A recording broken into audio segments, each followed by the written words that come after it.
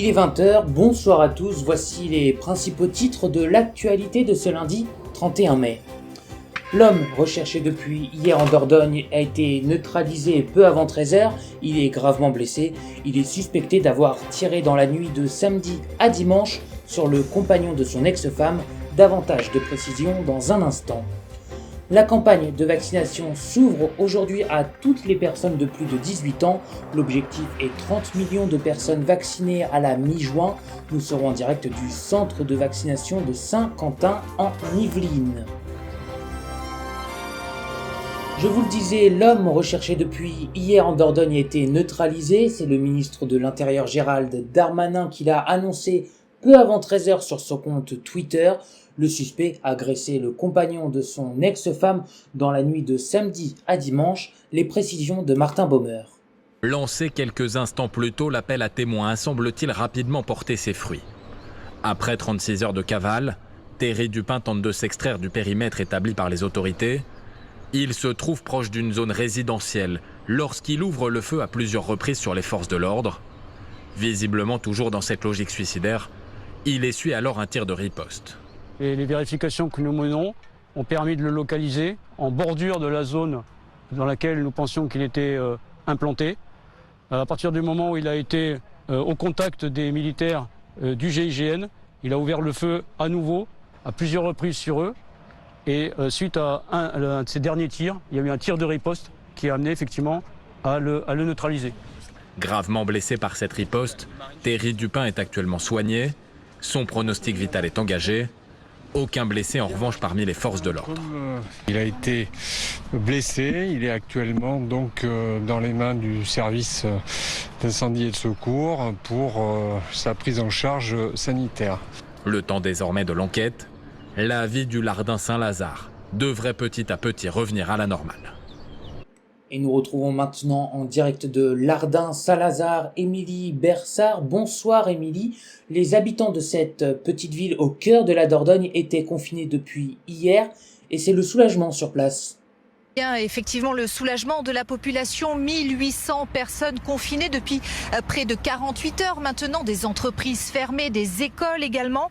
Alors le secteur est encore bouclé puisque l'enquête judiciaire commence, mais les habitants sortent peu à peu, histoire de souffler, d'autant que Thierry Dupin a été retrouvé à proximité d'une zone résidentielle, à peu près 40 heures de cavale. Ce petit village du Lardin Saint-Lazare va pouvoir reprendre une vie normale.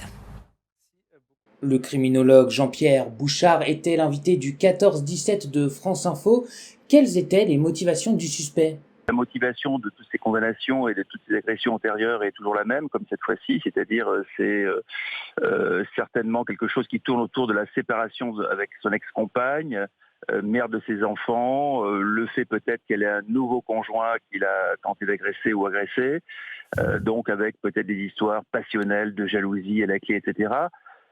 Peut-être que cet individu a jugé ou selon lui s'est trouvé dans une impasse existentielle au point d'envisager donc de mettre fin à tout ça de façon radicale et il s'est engagé dans ce processus. Et ensuite, il a fait la fuite qu'on a vue avec agression des gendarmes à plusieurs reprises. Et donc là, c'est quelqu'un, on l'a souligné à plusieurs reprises, évidemment, qui est jeune, qui est très entraîné, qui connaît les armes, qui était armé, etc., ce qui rendait les choses évidemment très difficiles, mais fort heureusement, les pouvoirs publics et les forces de l'ordre ont bien maîtrisé, bien géré la situation, au point de l'encercler en l'ayant localisé et de l'isoler par rapport à la population générale afin qu'il ne soit pas dangereux. Et à partir de là, il y avait plusieurs hypothèses possibles qui sont récurrentes dans ce cas de figure, c'est-à-dire le suicide éventuellement, de l'auteur des faits, et ensuite la reddition. Et là, il y a deux types de reddition. Les redditions sans violence, c'est-à-dire où la personne finit par comprendre et par se rendre sans agresser qui que ce soit, et en général sans être armée. Et la reddition avec violence, et c'est ce type de reddition donc, qui a été choisi par le fugitif, et auquel ont riposté pour le neutraliser les forces de l'ordre après avoir joué une carte maîtresse qui a été la divulgation à la population générale de sa photo et de son identité, ce qui a permis donc de témoigner sur le fait qu'il était localisable. Il a été localisé et donc neutralisé à la suite de ça. Donc on a des ingrédients assez classiques, extrêmement bien gérés dans ce cas de figure, avec finalement une fin qui est bien, puisque il n'y a pas de mort finalement. Et si la personne survit à ses blessures, pour l'instant je crois qu'on ne connaît pas son état exact, il pourra être auditionné, on pourra mieux comprendre ce qui s'est passé, il pourrait y avoir un procès équitable, etc. etc. Donc la situation a plutôt été très très bien gérée. En tant que criminologue, avez-vous l'impression que ce genre de cas arrive de plus en plus fréquemment? Ça, c'est quelque chose de très récurrent. Depuis que l'humanité existe, il y a des histoires de jalousie, de règlement de compte, de tentatives d'homicide, etc. Au point qu'à une époque, il y avait un adage criminologique qui disait qu'on ne se tuait bien qu'en famille. C'est-à-dire c'est les gens qui se connaissaient, qui avaient des conflits entre eux, etc., qui s'agressaient, et notamment des choses comme ça, où des hommes pouvaient agresser leur femme ou leur ex-femme avec ce type d'ingrédients. Là, ce qui est exceptionnel, c'est le fait qu'on ait un individu jeune, armé, ex-militaire, qui connaît bien les armes, qui est très déterminé, qui est très méthodique dans ce qu'il fait et qui donc était très dangereux pour toutes ces raisons. Ça, c'est exceptionnel. Merci beaucoup Jean-Pierre Bouchard, criminologue, qui était l'invité du 14-17 de France Info. Dans l'actualité également, la vaccination qui s'ouvre pour tous. À partir d'aujourd'hui, les personnes de plus de 18 ans peuvent prendre un rendez-vous pour se faire vacciner. Nous retrouvons en direct de Saint-Quentin-en-Yvelines Élodie Largenton. Bonsoir Élodie, vous êtes avec le président de l'agglomération. Oui, effectivement, on est au Vélodrome National, c'est là que s'entraînent les cyclistes de l'équipe de France. Il ne devrait pas tarder à commencer l'entraînement d'ailleurs, mais ça n'empêchera pas la vaccination de se dérouler, de continuer de se dérouler comme depuis ce matin 9h. Il y a beaucoup de monde en ce moment, des gens de tous âges, puisque depuis ce matin, la vaccination est ouverte à tous les publics majeurs et on est effectivement avec le président d'agglomération de Saint-Quentin-en-Yvelines. Bonjour. Bonjour.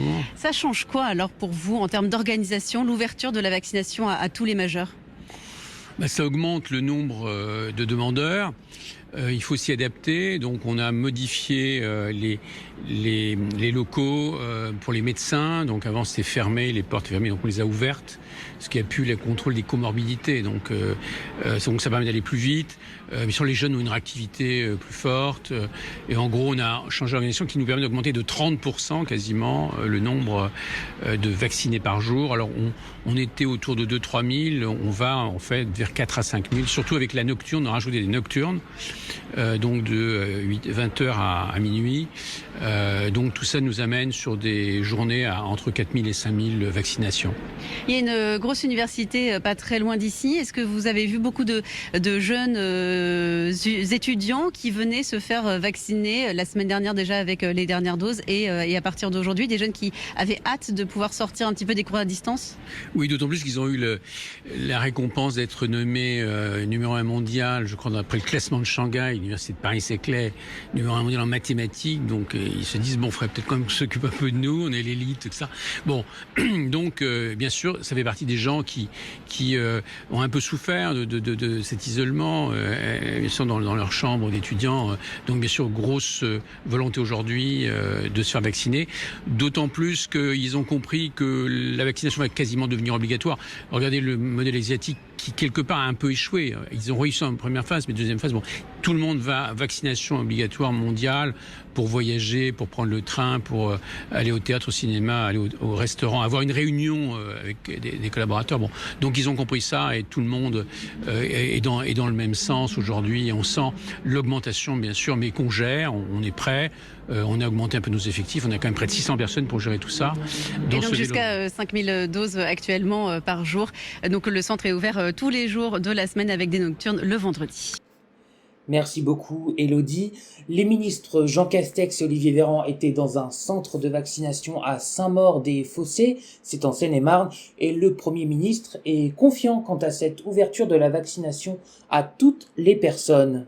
Les médecins, les pharmaciens, les infirmiers libéraux qui vaccinent de leur côté, qui nous permettent d'avoir quasiment atteint le seuil aujourd'hui de 25 millions et demi de nos concitoyens adultes qui ont bénéficié d'une primo-vaccination. Vous savez, j'ai fixé un objectif d'être à 30 millions à la mi-juin. Je le dis, cet objectif est à notre portée. Nous avons reçu, je le rappelle, 12 millions de doses de vaccin au mois d'avril, 15 millions au mois de mai qui se termine. Nous en aurons 27 millions au mois de juin. C'est la fin de cette édition spéciale consacrée en partie, je le rappelle, à la neutralisation de l'individu recherché depuis hier en Dordogne. Il est suspecté d'avoir tiré sur le compagnon de son ex-femme.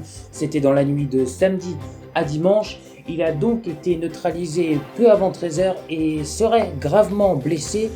Je tiens à préciser que ce journal a été enregistré en fin d'après-midi et que la situation a pu évoluer depuis.